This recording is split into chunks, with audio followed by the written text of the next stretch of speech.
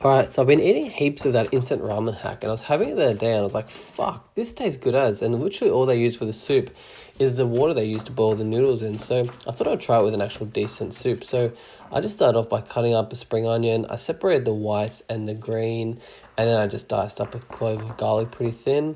And then you just do the normal base like you would. So you just add the whites of the green onion to the bowl and just pick up the bits that you dropped, and then you just add the garlic in there as well. Then you crack the egg in there, and I was using Shinyon as an instant ramen for this one, so that's the seasoning packet there. So you just add all of that in there as well. It's a nice spicy instant ramen. I really love this one. And then just add a little bit of Kewpie mayo as well. So you just give that a bit of a mix, and that's sort of like your tare, which is what you'd normally use as a seasoning. Usually it's more of like a soy sauce based seasoning to put your ramen broth into. Now it was time to heat up the broth. So this is a chicken Paitan I made a couple weeks back. I always cook it in big batches and freeze it just because it's so hard to make. So just defrosting that, and some of the ramen nerds can probably see it wasn't as emulsified as it could have been, but it turned out pretty well. Then I just grabbed some bacon from the fridge.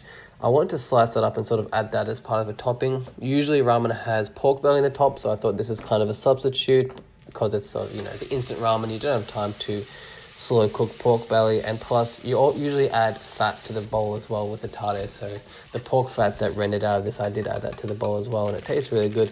Then I just cook the noodles, do it as per the instructions. I don't worry about how much water to put in there. I always lift the noodles up as I'm cooking them to cool them. I don't know, I saw in a video ages ago that it helps the noodles be a bit chewier and a bit nicer, so that's what I do, and I guess you're not doing anything else, so might as well. Then you strain the nudes. I always do it like this. It makes me feel like I'm in like a Chinese village somewhere. Don't ask me to explain why, but then I just add some of the broth to start with. You just temper it. It's sort of like cooking with a gentle heat when you're making like a carbonara. You just want the eggs creamy. You don't want big chunks of egg. Once I was happy with how that looked, I added the rest of the broth, and wow, it smelled fucking amazing. It was like a creamy, spicy chicken ramen.